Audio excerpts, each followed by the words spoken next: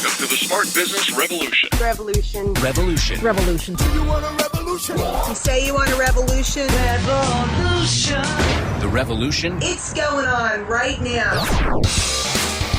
Welcome to The Revolution, the Smart Business Revolution podcast, where we ask today's most successful entrepreneurs to share the tools and strategies they use to build relationships and connections to grow their revenue. Now, your host for The Revolution, John Corcoran.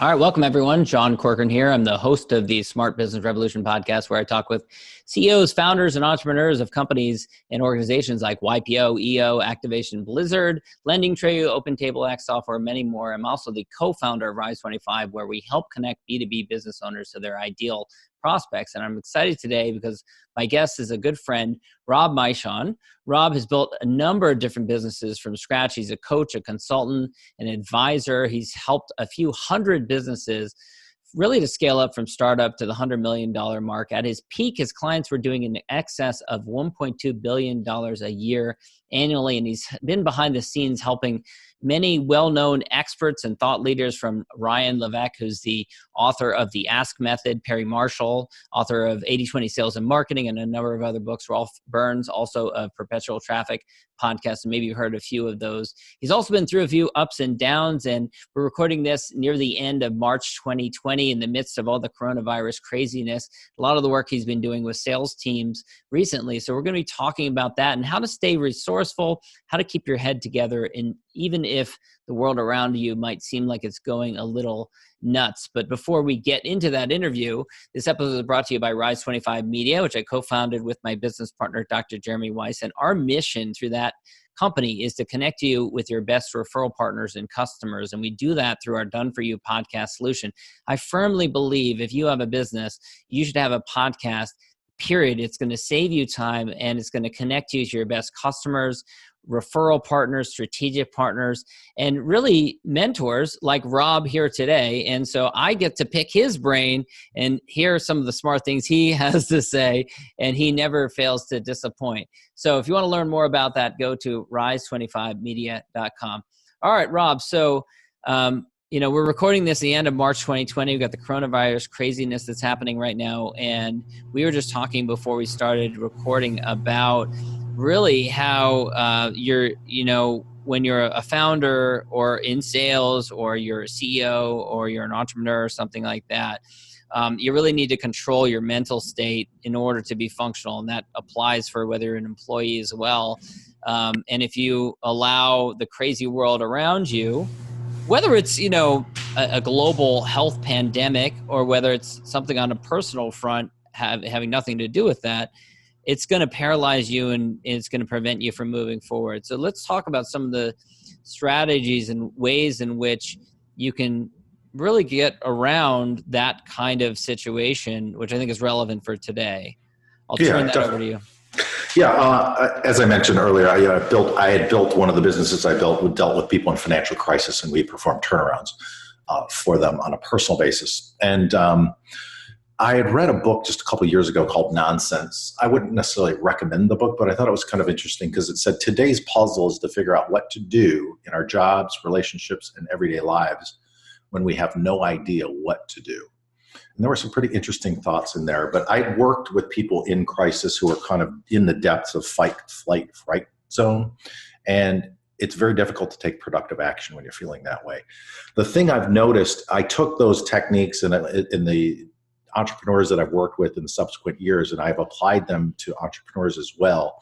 The funny thing about entrepreneurs that I've noticed is that they think they thrive on chaos, and maybe they do, but it's always a matter of degree. And these are just the initial stages of this corona thing. And I think we need to be prepared for a marathon here. I think I've met with a lot of people lately over the last week. I've been on a lot of calls, and most people are responding in a resourceful state. That's going to get worn down here as we feel the aftershocks of this. We're just getting through the infection stage right now to figure out where we stand as a medical economy, but the fallout from this is going to be pervasive. So we're going to have to steel ourselves for quite a long time. The thing I've noticed about entrepreneurs in general, though, is they've developed thick hides over time because especially if they're bootstrappers, they've gone through some crap and they've had a lot of setbacks. The challenge is, though, because they have a thick skin, they have a tendency to tune things out. So I'll give you an example. I grew up as an athlete, and we were always taught no pain, no gain, and just basically get over it, suck it up, buttercup. And that's fine, but then you develop some long-term injuries, or you create you become injury prone because you ignore those little kinks and tweaks over time. And then eventually you find that you've blown out a knee, or you've sprained an ankle, things like that. You weaken yourself over time if you don't take care of yourself during the process. Entrepreneurs have a tendency to take on a lot and just deal with it and just overcome and suppress or anesthetize. Maybe they, do something to mask the pain, but they keep soldiering on. My focus during times like this that are turbulent is to actually become a little more attuned to what's bothering you and what's building up. Because there's a theory in psychology called self-regulation or self-regulatory units. They basically say your self-control is finite. It's like a tube of toothpaste. And, you get out of bed and you find out that, the kids left the TV or the lights on or the stove was left on.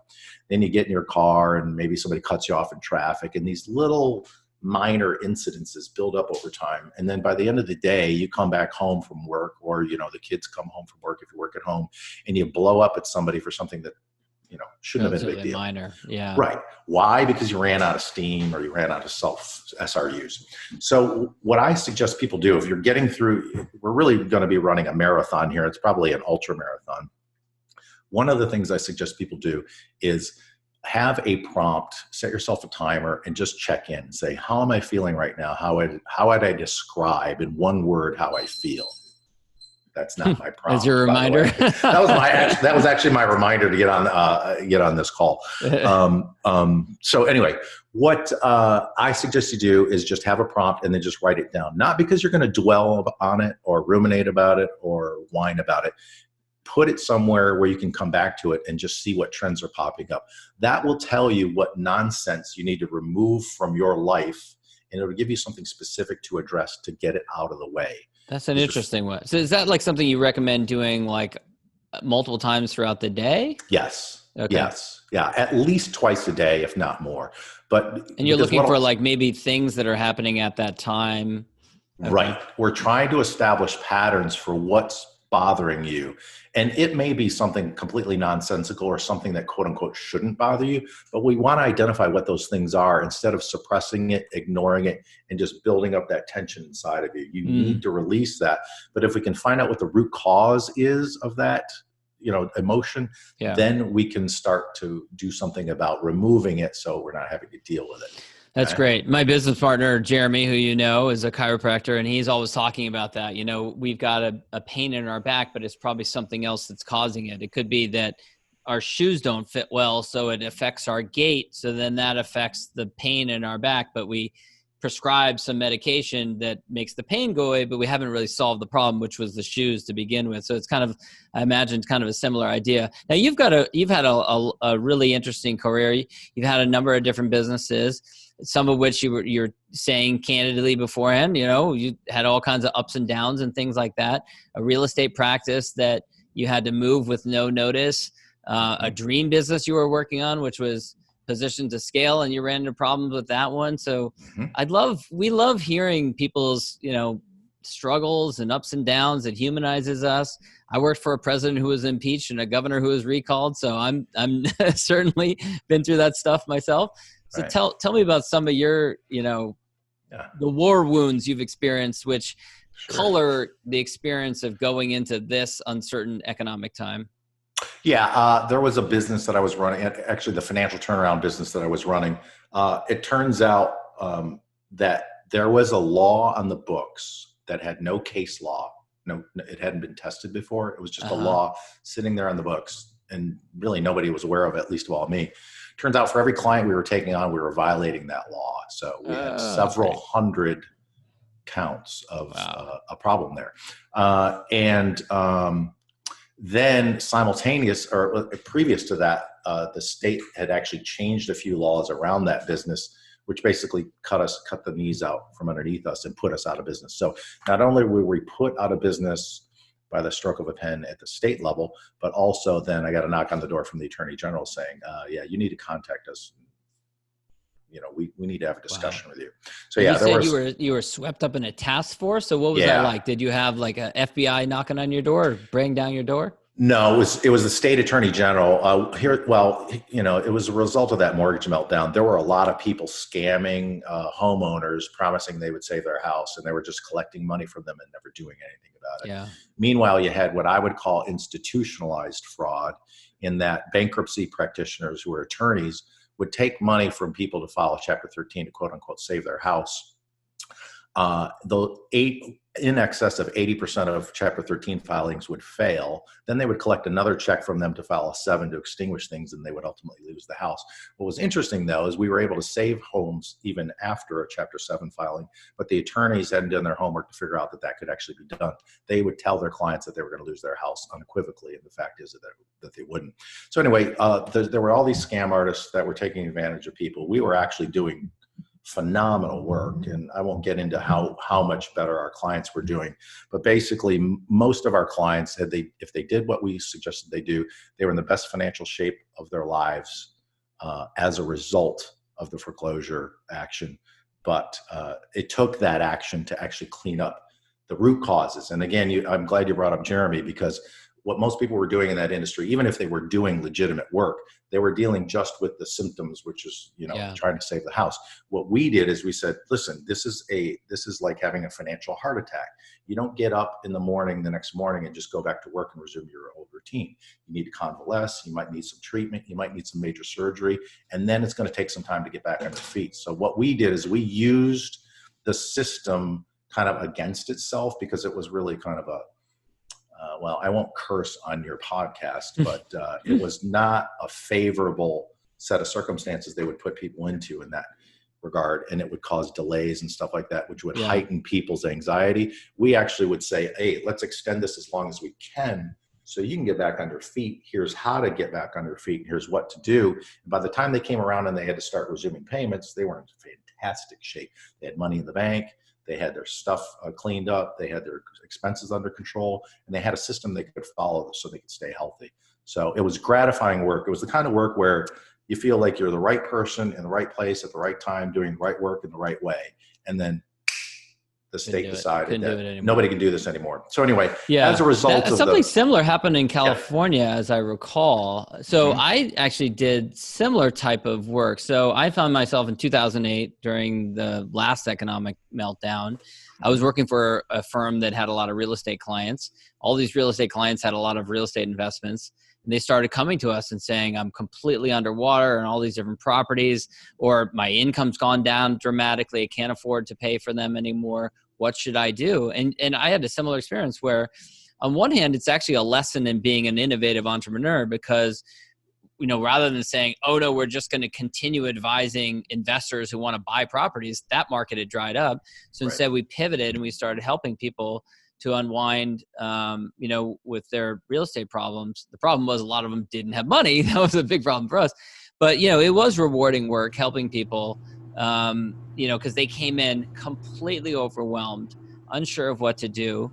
And we had good information, and we would help them and give them kind of a path forward and that sort of thing. What are some other lessons that you take away from that experience, that time period, that are applicable to today that would you think would be helpful for people? Yeah, absolutely. Some of your audience might be familiar with Dan Sullivan from Strategic Coach. One of his statements that's always stuck with me over the years is the most important thing an entrepreneur can do is protect their confidence. Now, Dan's prescription for protecting your confidence is his 3 wins concept. He's got a couple other ideas, but his main thing is, I think he still has that app called Win Streak, where you log 3 wins for the day each day. But the thing is if you're really in crisis, you can't even see the wins. You won't let yourself see the wins because you're so attuned to risk. And I think if you look just a layer or 2 deeper below confidence, what is confidence built on? Confidence is built on a sense of certainty and predictability. And when you're in chaos, nothing's predictable anymore. You can't tell what's quicksand and what's the beachhead. You just don't know what you can trust anymore. So what I do is I flip that, because some people use gratitude to kind of get themselves back into shape. And that's fine if you're like a 4 on a 10 scale. But when you get to 3, 2, 1 on a 1 to 10 scale, those techniques are not going to work. So what I did is I said, here's what we'll do.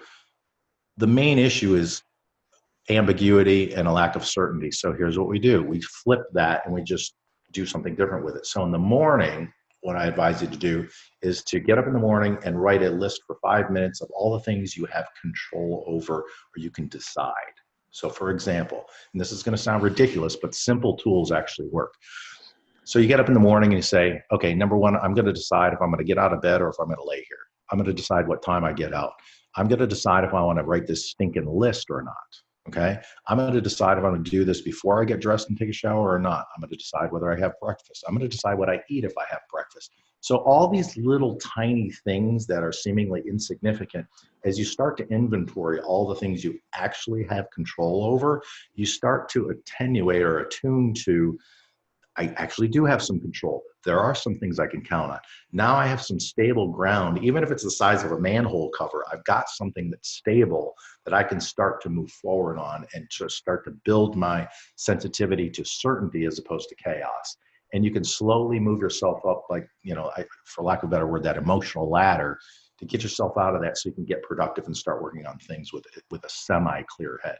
I love that. I've never heard that recommendation before, but I think that's just a brilliant idea. Is that so? Now I know you work with people in sales a lot. Now you work with sales teams, correct, helping them to be resourceful.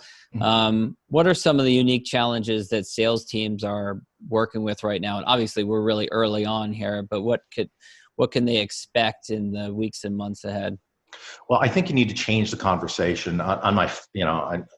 I'm not on LinkedIn, as we talked about earlier, but I am on Facebook. And I posted a question on my Facebook profile the other day. I said, what percentage of Facebook ads are you seeing right now that are completely tone deaf? And I got answers from anywhere from my friends, my entrepreneurial friends, anywhere from 50% to, I think Josh said, to something like 150%. And even my own clients, I probe around their website and I want to make sure I see their retargeting and stuff like that. And I saw one today and I said, what can we do to stop this? We've got to replace this like as fast as possible, because not only is a message that made sense 3 weeks ago doesn't make any sense right now. In fact, in some cases, it's downright repugnant. And what you don't want to do is kill your reputation because you just left your retargeting on autopilot. You have to adjust the message to the time, even if it's temporary, so you can meet people where they're at. So I think the thing that we're seeing right now, I've got one client in the trade show industry. Like, that's a brutal industry to be in right now. But a friend of mine is in that industry too. Yeah. But we are actually making sales in that, but we have to change how we approach that market. I was on a call just actually earlier today with a guy named Alan Weiss, and he talked about the types of customers you're going to see in terms of crisis. And yet, one of them is the hesitant ones. And he says, what does he say? He said they need some guarantees. They need some confidence in the underlying structures of the economy and other institutions. And he pointed off several examples there. You got to give somebody a floor that they can stand on so they can start moving forward. So the messaging that we're developing for a company like that is very different. And it's temporary, but it's interesting because it's not just something we're going to invest in now to develop and then scrap the minute we come out the other side. We're actually building a foundation to have a different type of conversation with our customers and prospects. And I guess I'll bring up another thing if you're going to let me run. I think the thing you want to ask yourself if you're in a resourceful state, because this is not the kind of question you want to ask yourself if you're not feeling at the top of your game. What does this situation make possible that was never possible before? Every business out there has been tolerating chronic conditions, problems, situations, things they've been putting up with for years. And we're already seeing a lot of this bureaucracy we're cutting through right now as a nation, for example. A lot of restrictions that have been in place for so long that were so important suddenly aren't so important in this situation. So I think it's a way for you to rewrite the rules of your business to some degree if you're open to the opportunity.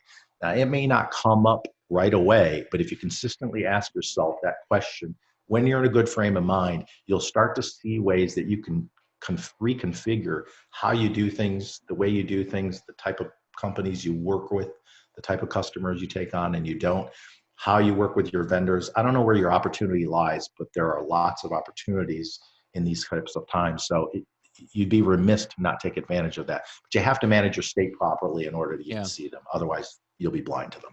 Yeah, that's great.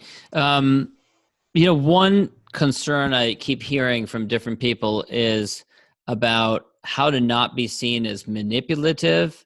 You recommended, and I think it's good advice, to change your messaging and to be, to articulate a message that is, appropriate for the times. But how do you do that in a way that's not manipulative, not taking advantage of the situation while also wanting to help others? Right.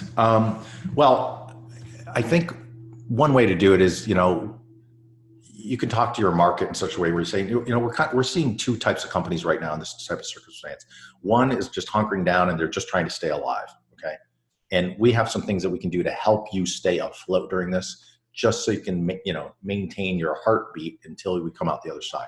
So we have some stuff to help you address that and, keep you alive.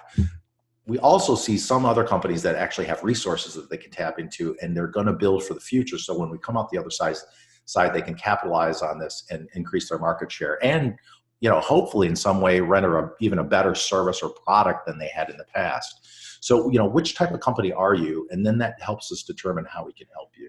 So I think there's been some advice that I've seen out there that where you reach out to your customers and say, how can I help you?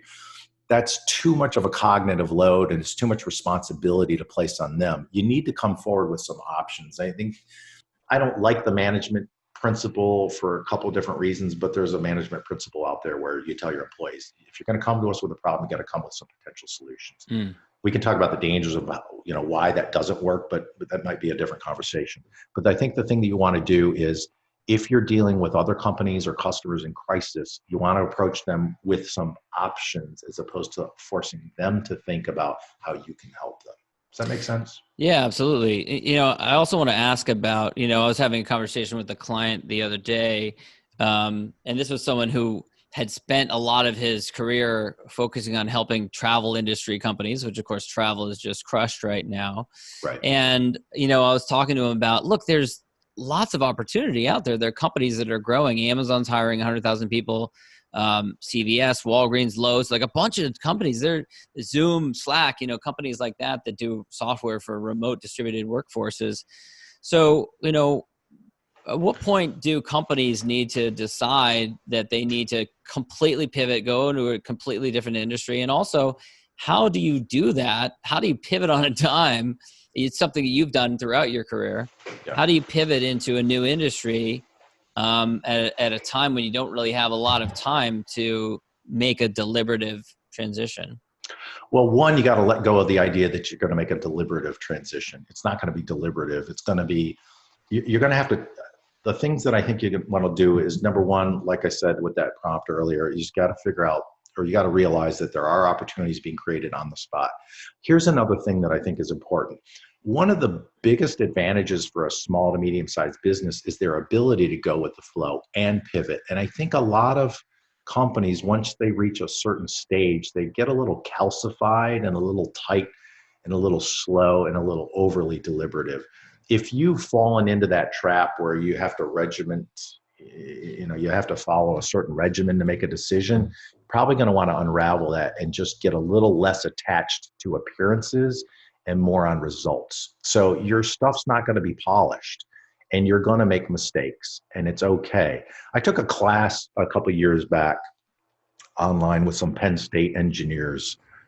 They were engineering professors, and they said, the success in this class, your success in this class is going to be determined by the frequency and the intensity of your failures. You got to just get comfortable with, you know what, we've been in business 5, 10, 15 years. We haven't been in that mode since, I hired my first employee. You got to get back in the mindset of being a bootstrapper and a little less concerned about, do I look perfect? Is every hair in place? Because it's not how it works in situations like this. So one is let go of that attachment to appearances. The second thing is let go of your attachment to what was. If you let go of what was and loosen up a little bit, what you're going to find is what becomes possible going forward is much more attractive and much better. There's so many things in life, and I can't think of a specific example, but there's countless examples out there of where you felt like you had to hold on to something, and you end up, if you retain it going forward, you're like, why did I hang on to this? Why did I hang on to this client? Or why did we continue to produce this product line? Or like, this is terrible. So you really have to take a cold, hard, calculating look at what have I been tolerating in my business? What's less than ideal about the way things were? What were we just bitching about like 3 weeks ago? I mean, if you look at political discourse, it's changed in a lot of ways. What were we complaining about or putting up with that we no longer have to put up with? And how can we reorient ourselves and either offer a new service, repackage what we have, or maybe go after a new client that's suddenly come up and surface with needs that we can service. But you have to really, you have to let go of your attachment to what was, because what was is not going to be what's in place in the future. Yeah, I couldn't agree more. When I was practicing law, so many legal clients had that situation where they were stuck in some kind of embroiled, embittered battle with a former business partner or vendor or whatever. And once they let go of it, it just led to huge growth. And then as to what you said about letting go of your attachment to appearances, I totally agree with that. A couple of years ago when Jeremy and I decided that we would start helping other businesses especially B2B businesses, to get clients and leads using a podcast. The early versions of that, I look back and I cringe now, and these are two guys who've been podcasting for 8+ years, both of us, and to really look at what we initially started with. It was so scrappy and bootstrapped, but it was absolutely the right decision. I think a lot of times people spend too much time and energy and attention trying to make something perfect rather than just getting out there and getting feedback from the market. The other thing to add on to that is you're gonna like the customers you take on that will take you as you are. If you have customers that you lose or can't break through to because you don't look the part, that may not be a high quality customer for you in the end. Right. Yeah, they might not be. They might be seeking the wrong things. I think that's great. I know we're running low on time and you have to get going. Any final thoughts for any entrepreneurs, founders, CEOs, business people out there who are looking at these kind of crazy times that we're in right now, and reassurance that you can give them that there are brighter futures ahead? Because I say to people all day long as I talk to people, and I'm sure you do as well, it's like, this too shall pass. Like we got through 9/11. There were times after 9/11 where it seemed like, oh my gosh, we're never going to get out of this. There are times in 2008 where it seemed like, oh my gosh, we're never going to get through this, and this we will get through. It might take a while. It will take a while, but we'll get through it. Yeah. Actually, I think here's what I would suggest, and this is a wild one. There's a book on Amazon called I Hear You. And I think it's Michael Sorensen or something like that. It's not a widely distributed book, and I've never heard anybody reference it. He's got a model for just how to listen to people such that they feel heard. And it's not any of this reflective listening garbage or let me see if I've heard you correctly. No, I hate that stuff. It's so gross. But find yourself a partner that you can kind of just dump on and vent, and they'll just follow that model. If you can get that out to someone, particularly a fellow entrepreneur, if you can find one who kind of understands what things are like as a business owner as opposed to just gen pop, and follow that model and get it out. One of the things I've said over the years is most entrepreneurs should find a shrink if they don't already have one, just to vent and get that stuff out. Mm-hmm. Follow that model so you can just let it go. It's easier to let that go if you get it out. That'll help you kind of reorient, get back to an equilibrium state, and just feel better about the future. Yeah. I think that'd be very helpful. I love that. Well, Rob, I want to wrap things up with the question that I always ask people. So let's pretend we're at an awards banquet, much like in the Oscars or the Emmys, and you're receiving an award for lifetime achievement for everything you've done up until this point. What we all want to know is, who are the people you would acknowledge? Who are the peers, the friends, the mentors, the business partners? Not just family and friends, of course, family and friends, but beyond family and friends, who are the people that you would acknowledge in your remarks? Wow. Such a long list. Mm. Well, let's just start from the top. What got me here? I think Glenn Livingston is one of the first people I would thank. We started working together a long time ago where nobody knew who I was, and largely that may still be the case. I'll say thanks to Ryan Levesque. I think we learned a lot about each other, and we learned a lot about what works and what doesn't. I would say thanks to Paul Lemberg. He's always been an interesting viewpoint and a good guide for what works and what doesn't. I'm going to thank my mom, though. My mom, I got to, if you don't mind, humor me here. My mom taught me that I could do anything I put my mind to she told me I could do anything I wanted to as long as I put my mind to it. But she actively demonstrated. She just didn't just say it. So I'll give you an example. My dad had MS when I was growing up, and he could not function, physically. He couldn't. I wanted to learn how to throw a football. Okay, he couldn't do it because he didn't have adequate control of his faculties. So my mom said, "You know what? I bet you if you go up to the library, there's probably a book on that. You could probably learn how to do it." So she told me to take my bike, and I went 8 blocks to the library, got myself a library card, went down the sports section, and there was lots of books on how to learn how to throw football. I got myself a book on how to learn to throw football, and I actually taught myself how to do it. That's a skill and an ingrained belief in myself that I could never have learned any other way than her demonstrating it. So it's not that she told me it, but she showed me how to do it. And from that point forward, she's largely been right. I've been able to do whatever it is I put my mind to. So if you're a parent and you're thinking that you want to support your kid in a way that's meaningful and will stick with them for life, tell them that, but then show them how to do it the first time or two. And you'll have built a self-resilient individual where there wouldn't have been one otherwise. Yeah, or all the younger kids listening right now would be like, why wouldn't you just Google it? I don't understand why you went to the library. Right, yeah. Why didn't he just watch a YouTube video? I don't understand, Yep. Yeah, the young kids these days. It's a little easier these days. Rob, where can people go to learn more about you?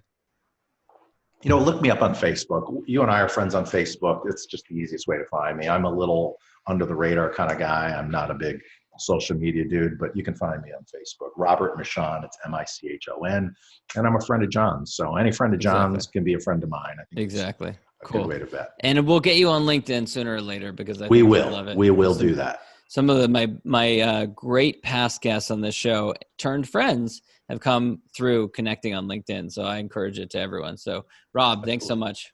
Thank you. Thank you for listening to the Smart Business Revolution podcast with John Corcoran. Find out more at smartbusinessrevolution.com. And while you're there, sign up for our email list and join the revolution. Revolution. And be listening for the next episode of the Smart Business Revolution podcast.